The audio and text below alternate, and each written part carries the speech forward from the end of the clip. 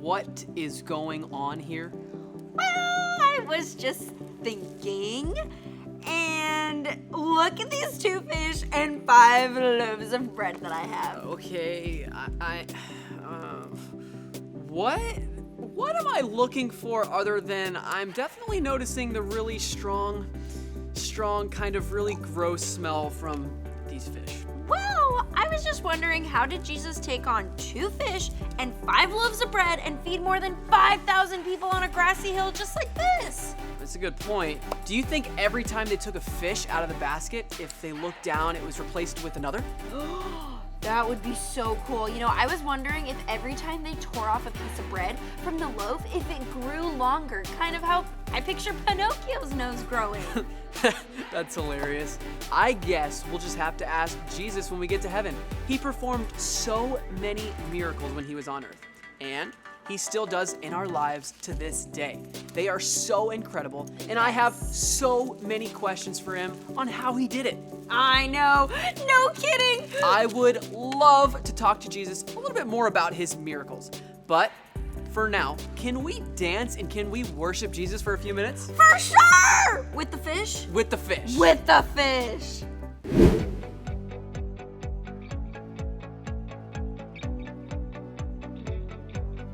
Love so incredible, unexplainable, that you call me by name. You see me through it all, even when I fall. You love me just the same.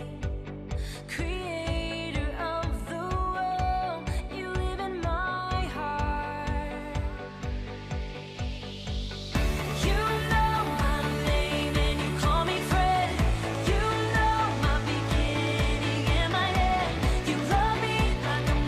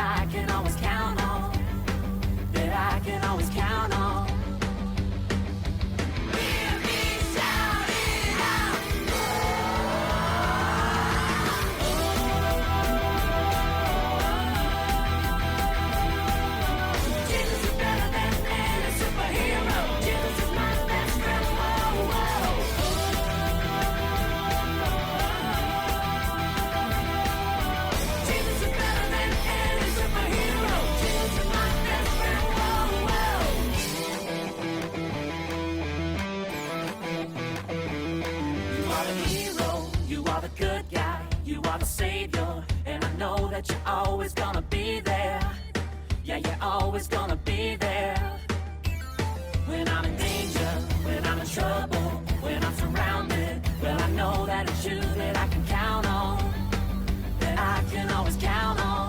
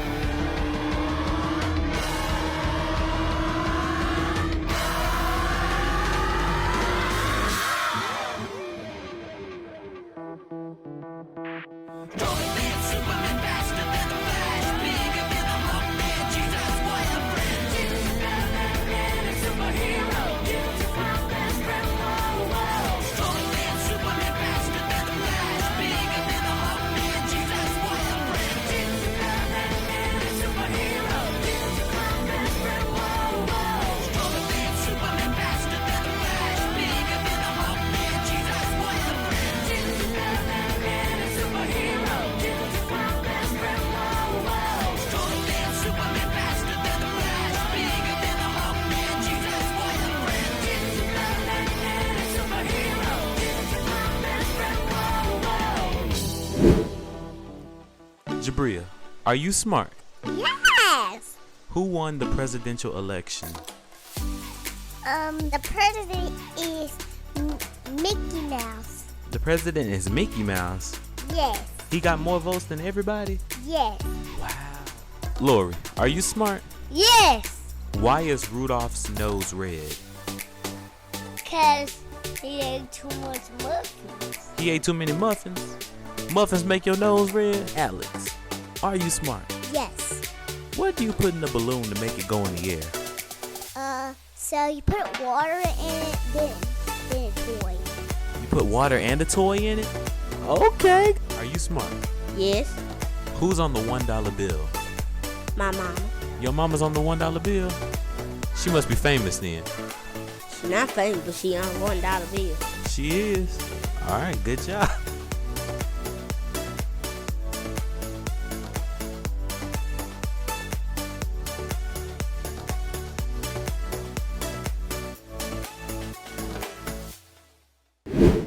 You mentioned Jesus performed this miracle in the Bible, but why did Jesus perform miracles? Great question. What Jesus did was amazing. He did it to show people the truth about who he is, the truth about how we should live, how we should be. And he did them to be kind to people by healing them. Ooh, well, what sort of miracles did he do? So many. One of my favorites is when there was a man who wasn't able to see since he was born. Get this, Jesus healed the blind man and he was able to see again. What? Okay, Jesus just amazes me more and more each time I learn more about him. Me too. I have another miracle that I would love to show you. Oh, let's do it.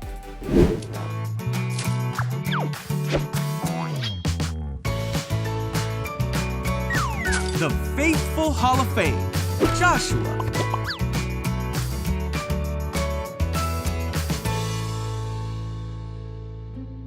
This is Joshua. Joshua was the leader of the Israelites, who God would use to take his people into the promised land. Yeah, let's do it. Joshua readied his people to cross the Jordan River, which was the only thing dividing the Israelites from the land that God had promised to them. All right. We're here. Okay. They camped beside the river for 3 days, waiting, just as the Lord had commanded them. At this time of year, the Jordan River was flooded and flowing with so much water that it was impossible to cross on foot. And then the Lord said, let there be light. Hey, priest. Yes? Come on. God told Joshua to tell the people that the priests would carry the Ark of the Covenant and lead the people through the water. He told the priests to step into the rushing waters. Wait. Huh? And when they would do this, the waters would stop flowing. All right. And as soon as the priests did this, the water of the Jordan River did stop flowing. Yeah. And the priests stood with the Ark of the Covenant on dry ground as the Israelites crossed to the other side. All right. God told Joshua to send 12 men from the 12 tribes of Israel Go get it. to take 12 stones from the place that the priests were standing. When all this had been finished as God commanded, Joshua called the priests from the Jordan. We're good. Come on. As their feet left the Jordan River, the waters came back into place, just as they had been. Wow. Yeah. They brought their stones to their camp and set them as a memorial, so future generations might remember the story of how God brought his people through the Jordan River on dry ground. Wait, the water just disappeared? Yeah, isn't that cool? They didn't even complain or say no way. When they were told to start walking, they just did it. You know what's crazy? They even listened and had faith that God had a plan for their journey. That was actually my favorite part. In all of Jesus' miracles, we can learn something about each story and situation. Yep. Do you have a miracle that is your favorite to learn about? Ooh, okay, well, I do wonder how Jesus walked on water, how he fed 5,000 people with just 2 fish and 5 loaves of bread, how he healed that blind man. So many questions, but the main one I have is how on earth did he bring someone back to life? Okay, now What? I have to hear this story. How did that happen? Okay, well, there was a young boy that passed away and he was being carried out by people. Jesus went up to the woman and said, "Don't cry." And then he said to the boy, "Young man, I say to you, get up." Get this, the boy got up, the people were in awe, and they just saw it happen. All I can say is amazing. That mom must have been so happy. What did everyone do after that? Well, the people cheered and started to spread the good news. They said, God has helped his people and a great prophet is among us. Hearing all of Jesus' miracles is just so amazing. God did cause a special interruption and did something that people thought would be impossible, and he made it possible. Yep. Can I also make something possible and maybe throw out that smelly fish? I can smell it from over here. I haven't been able to breathe and it sure is smelly. Yeah, we can't. We are going to use it in our game. Are you serious? Yes, I'm kidding. Maybe I'm not. Maybe I am. I won't have us eat it, but let's play Guess the Food by the Emoji.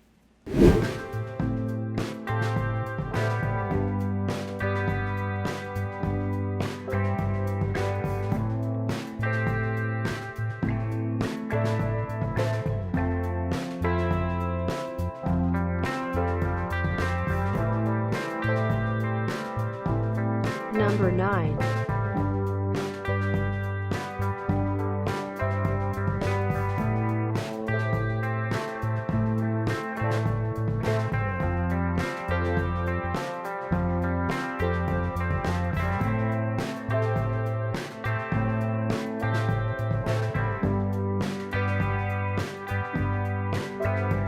Number 8.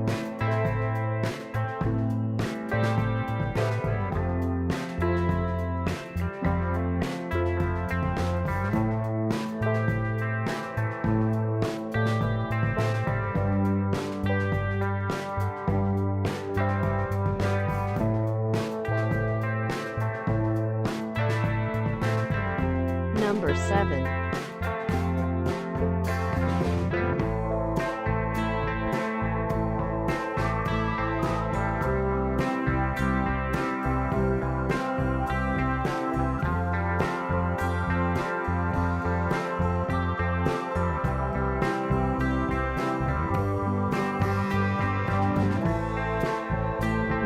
6.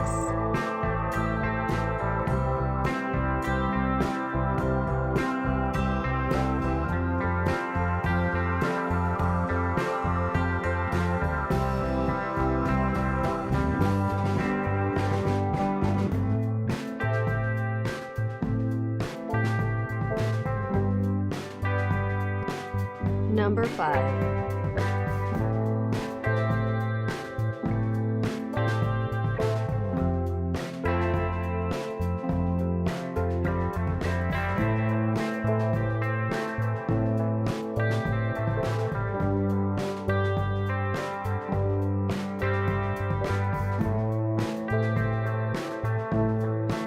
Number 4.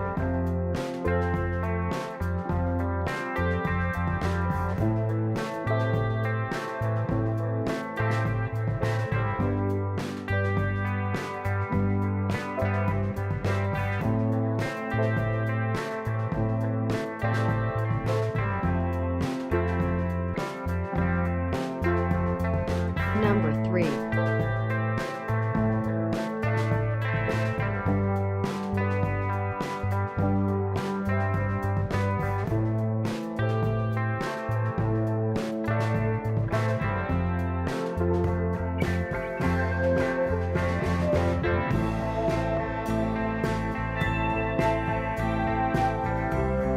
Number 2.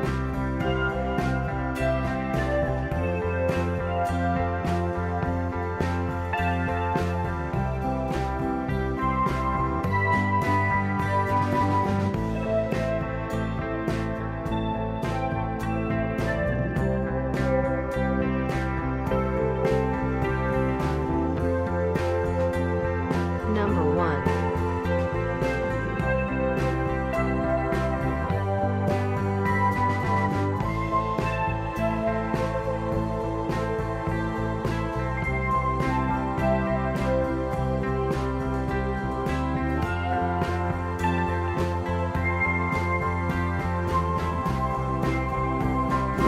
Have you ever been in a funny situation that something is happening in the moment and you just wonder what will happen next? Yes, like when I throw a basketball in the air and I hope it makes it in the hoop. Exactly. I have something similar to show you. It's pretty funny. I wonder what will happen next. What will happen next?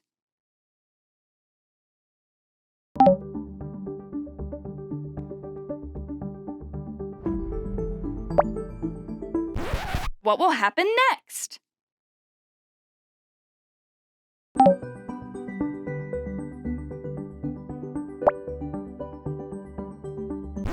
What will happen next?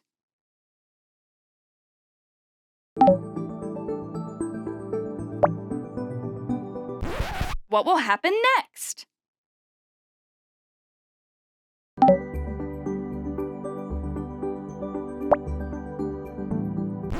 What will happen next?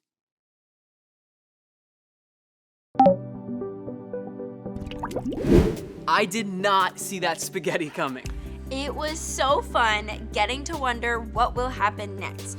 But one thing is certain, we don't have to wonder about why Jesus performed miracles. That's right. We learned that they happened for good, and that they weren't just ways for Jesus to show off. Instead, they were to educate others about who Jesus really was. Exactly. Let's check back in with our Bible story and learn more. Hey, Beaker, Yeah, Millie? what is a miracle? Well, a miracle is when God causes a special interruption to the way things normally work, and something that was impossible becomes possible. Wow, so are miracles like magic? Well, no, magic tricks are just that. Tricks. They're illusions that trick your eyes and your mind into thinking that something impossible happened, but really, a person made it happen. True miracles happen because of God's power. They show that He is in charge of everything, everywhere, from planets and stars to everything we see and don't see here on Earth. Take water, for example. Since God is in charge of water, He can do whatever He pleases with it. Is that why so many miracles in the Bible have water in them? You know, you're right. A lot of miracles we read about in the Bible do have water in them. That's probably because everyone knows what water is like and how it normally works. It's wet, it's powerful, and it's hard to contain. So when God does something with water that it doesn't normally do, everyone knows that it must be a miracle. One of my favorite miracles about water happened when God sent Joshua and all of the Israelites toward the Jordan River. Joshua went all throughout the camp telling the people to get ready because tomorrow God was going to do amazing things among them. Like what? Well, God was leading his people out of the desert and giving them a better home in a new land. But this land was on the other side of a really big river, the Jordan River. It was probably scary for so many people to have to cross a huge river like that. And moving to a new place can be pretty scary too. But God didn't want them to be scared. Instead, he wanted his people to see how powerful he was and that he was really with them, taking care of them wherever they went. So God had Joshua tell the priests to carry the Ark of the Covenant towards the river. What's the Ark of the Covenant? It's a really special box that God told his people to make, and inside of it, they were to keep the stone tablets with the 10 Commandments on them. But the special thing about the Ark of the Covenant was that it represented God's power. So that's why Joshua said to the Israelites, "Come here, listen to what the Lord your God is saying. You will soon know that the living God is among you. He will certainly drive out the people now living in the land where we are going. He'll do it to make room for you. The ark will go into the Jordan River ahead of you. The priests will carry the ark of the Lord. And as soon as the priests step into the Jordan, it will stop flowing. The water that's coming down the river will pile up in one place. That's how you will know that the living God is among you." So what happened when they got to the river? Did it really stop flowing? Yes, and everyone who lived near this river knew that it wasn't just a little stream. It was a huge river that was overflowing its banks during this time of year. But as soon as the priests' feet touched the water's edge, the water stopped flowing, and all of the Israelites, which was probably over 2 million people, walked through the river on dry ground. Wow, that was a miracle. Yeah, it was because only God could cause a special interruption to the river like that. But couldn't the people have built a dam to stop up the river or a bridge to cross over it? Possibly, but that would have taken a really long time. Instead, God did something in an instant that could have taken a long time to do, and that proved to the people just how powerful he was. So, if only God can do miracles, then how did Jesus do miracles too? Remember, Millie, Jesus is God's son, and he's one of the 3 parts of God. So when God sent Jesus here to live on earth for a little while, he had all the same power that God has, and he showed people that he was from God by doing a lot of miracles. And let me guess, they had something to do with water. Not all of them, but a lot of them did. Like the time Jesus' friends, his disciples, were out in a boat on the Sea of Galilee and it started storming. I bet they were scared. Yeah, they were. But then Jesus came walking out to their boat on top of the water. This actually made them more scared because they thought he was a ghost. Yeah, because nobody has ever seen anyone walk on water before. Right away, Jesus told them, "Be brave. It's me. Don't be afraid." And then he climbed into the boat with them, and the storm calmed down.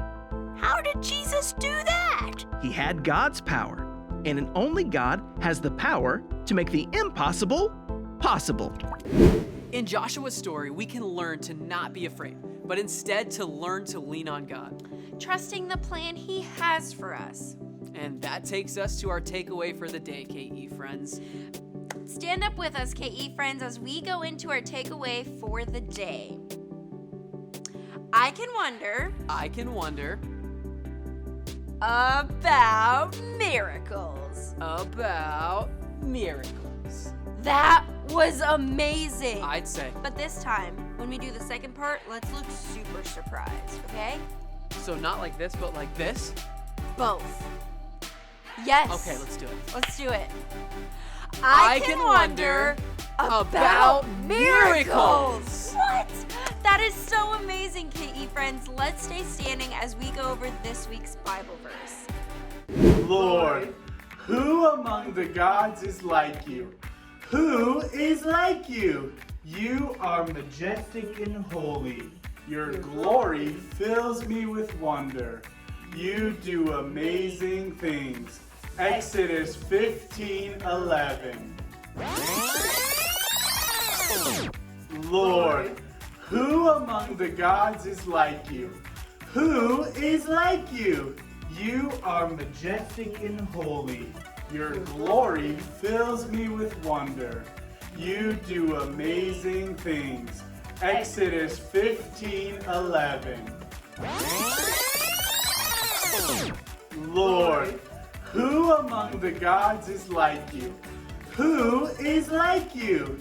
You are majestic and holy. Your glory fills me with wonder.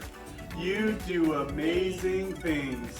Exodus 15:11. Today has been such an incredible day. We have learned so much. It's time to reflect on what we've learned. Our first question for today is, what is one question you have about miracles?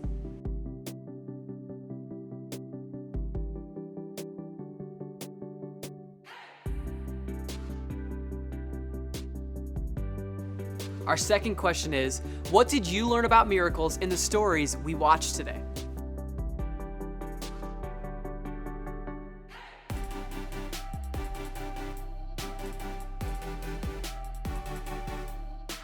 And our final question is, what is one miracle you would like to see in your life?